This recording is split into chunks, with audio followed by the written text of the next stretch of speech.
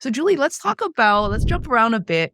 What are some of the things that you have implemented in organizations that you have worked with that became a legacy? We'll break it down. What we mean by legacy are things like systems and tools that you have implemented that people continue to use after you're gone. So, specifically with reference to things like engagement and retention. Great question. And I think this is a question that I'm asked often by both companies as well as educational institutions. And for audience who may not know me quite as well as you do, I've also worked for a good number of years in higher education, including Harvard and Brown University. And that's where I actually really developed my interest in working with young people and young students who will eventually become young professionals. So it brings back to the question you raised. If you're working with young professionals, they're really entering the workforce for the first time. And I want to highlight, and I think this, Faye, and I think this is why it's such an important question. The young professionals are in a period of their life where they're really seeking opportunities to develop that sense of who they are, what they value, how they want to make a contribution to the world. That's what makes, I think exploration continues for most of us throughout our life. In the 20s and early 30s, those intensity of sort of commitment to the exploration is very high and important. So with that in mind, I think one of the things that I have implemented at Brown University is a peer-to-peer mentoring program. We were really trying to make the transition to college for young young students or younger students, meaning mostly first years and sophomores, to elite institution that not only demands academic skills in order to thrive, but really social capital and having a developing self-awareness of who they are, building and finding social network and support for themselves. And frankly, really learning some strategies that could help, whether it is like talking to a professor when you need an extension or what is the best way to study for a STEM exam. The reason I bring that up is because this concept of peer-to-peer mentoring, I believe, is transferable and is critically important for employers and workplace. I believe there is something powerful when a young professional could connect with their peer who's, 2 or 3 years ahead of them. There is a reliability. I think there is a benefit to connecting with professionals at all stages of work. But when you're connecting with someone who's been in your shoe just 2, 3 years ago, they understand. And most likely, they also bring some empathy to that conversation. And there's a lot of transfer of knowledge that could happen between those two that I have found is actually not only beneficial to young professional, for those who mentor. They are actually able to consolidate their experience and reflect and realize how much they have learned. And through the conversation, just like what we said about coaching, when the conversation is two-way and is mutually committed, there is a learning that happens on both sides of the table, so to speak. I know that's true for me. When I coach, I learned a lot by working with my clients because they challenge me to think about their experience and draw from my experience and think more broadly. So peer-to-peer mentoring program is something I recommend to my corporate clients now as a way to support Gen Zs and young professionals. A second thing I would mention, which is really focusing on building communities and ERG-like experience. So if you think about peer-to-peer mentoring as a one-to-one support, individual support, I think it's really also important to build a sense of belonging, a sense of inclusivity by offering opportunities. Not everybody will choose to be part of it, but I think increasingly I do find that the Gen Z and young professional seek a sense of belonging at work. I have some thoughts about that. I don't want to take too much time, but I think Gen Z professional lived through COVID not too long ago. Their lives were disrupted. Now they're living, they may be working hybrid or completely remote setting. I think the sense of belonging for those in the professionals are even more important than it had been. If you think about it, our lives have really changed significantly in terms of how much and how we relate to one another relationally, whether it's at work or outside. So I think with that in mind, creating opportunity for whatever it is, whether it is around share identity, share interest, share concerns, creating opportunity for young professionals to connect with others in the company who want to have conversation and build connection around those issues, I believe is another strategy that's important to keep in mind.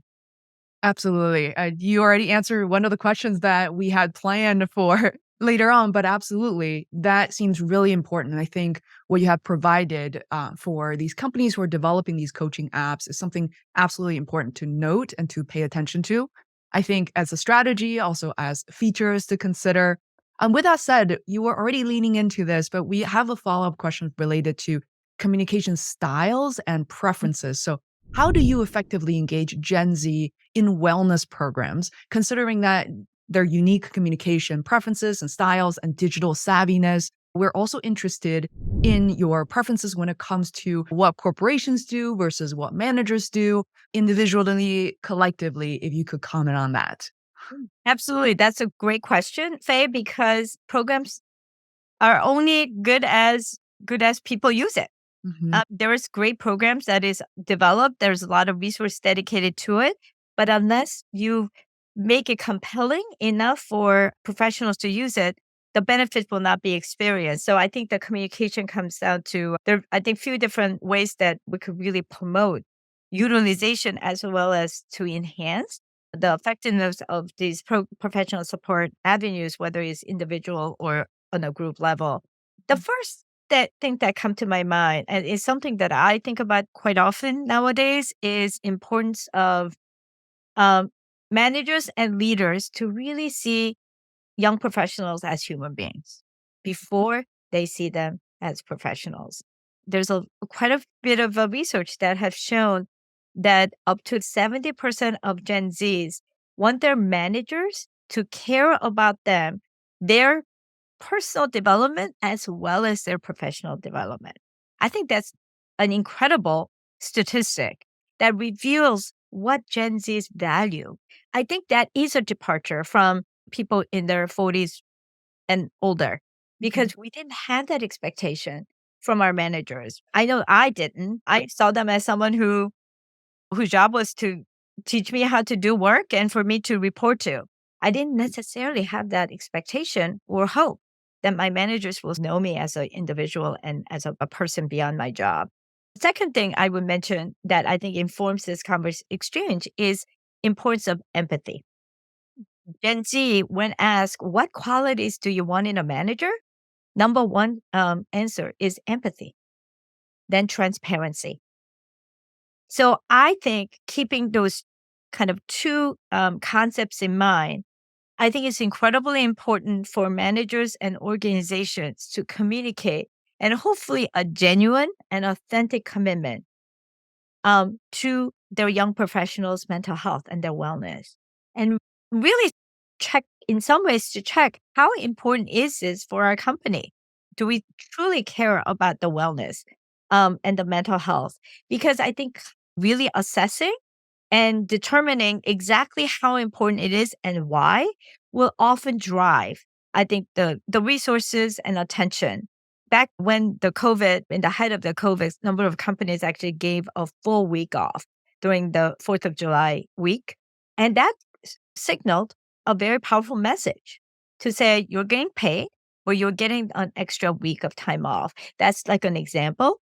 Mhm. I see the companies making an adaptation to flexibility to say you're a caregiver. It's important for you to have some flexibility.